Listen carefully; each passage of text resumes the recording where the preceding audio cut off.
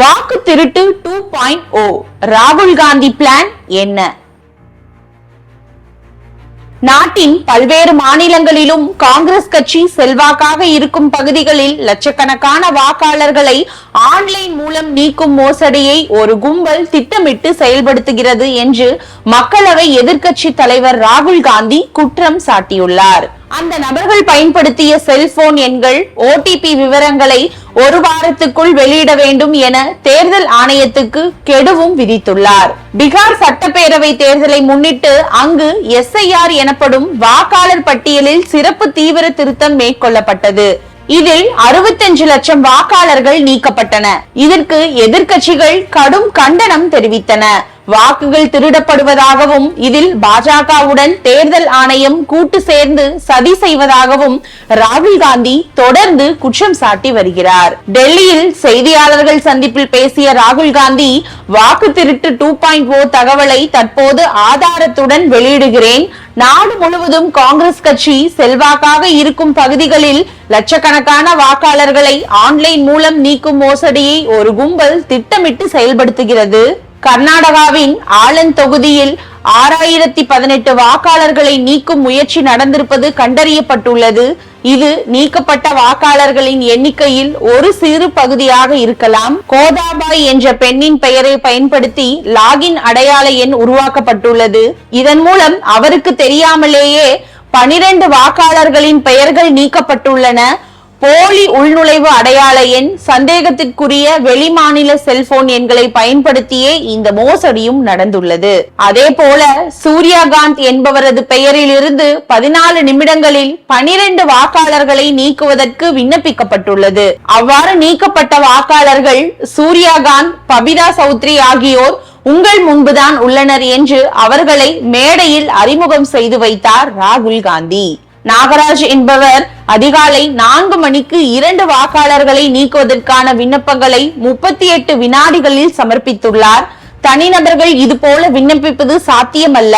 எனவே call centre பயன்படுத்தப்படும் மென்பொருள் மூலமாக இந்த வாக்காளர்கள் நீக்கப்பட்டுள்ளதாக தெரிகிறது.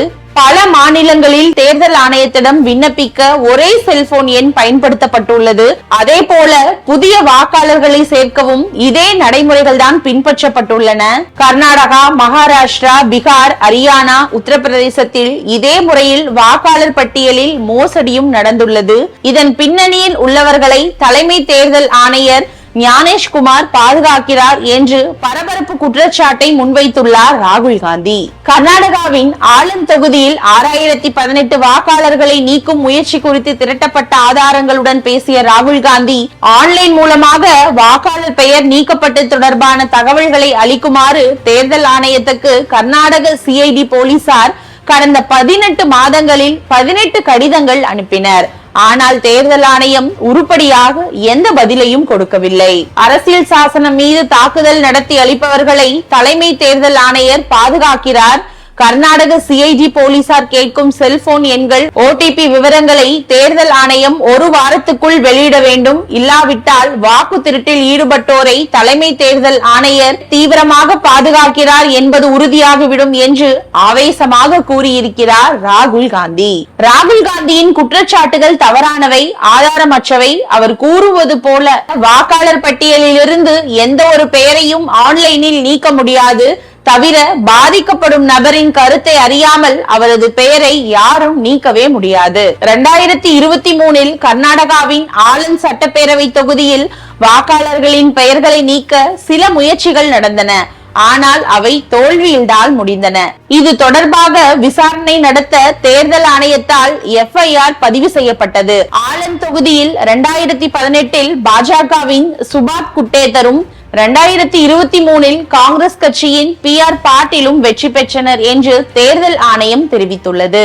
இதன் பின்னணியில் முன்னாள் மத்திய அமைச்சர் அனுராக் தாக்கூர் கூறும்போது, ராகுல் காந்தி தனது புகாருக்கு வலிமை இருப்பதாக கருதினால் நீதிமன்றம் செல்லலாம். அவர் கூறிய தொகுதியில் இருந்து காங்கிரஸ் வேட்பாளர் வெற்றி பெற்றுள்ளார். வாக்கு திருட்டு நடந்திருந்தால் அவர் வெற்றி பெற்றிருக்க முடியுமா என்று கேள்வியும் எழுப்பியுள்ளார். ஆனால் ராகுல் காந்தியோ, உண்மையில் எனது வேலை ஜனநாயக நடைமுறைகளில் பங்கேற்பதுதான், ஆனால் ஜனநாயக அமைப்பை பாதுகாக்கும் வேலையை செய்து கொண்டிருக்கிறேன். இதை நாட்டின் ஜனநாயக அமைப்பான தேர்தல் ஆணையம்தான் செய்ய வேண்டும். அது தனது கடமைகளை செய்ய தவறியதால் நான் செய்து கொண்டிருக்கிறேன். இந்த வாக்கு திருட்டு விவகாரம் தொடர்பாக எனது குழுவினர் தீவிரமாக செயல்பட்டு கொண்டிருக்கின்றனர். இது இத்துடன் முடிய போகும் விஷயமில்லை. இன்னும் 2 அல்லது 3 மாதங்களில் ஒரு விரிவான ரிப்போர்ட் பகிரப்படும் என்று கூறும் ராகுல் காந்தியிடம் இந்த விவகாரத்தில் நீதிமன்றத்தை நாடும் ஐடியாவே இல்லை என்பது தெளிவாகிறது.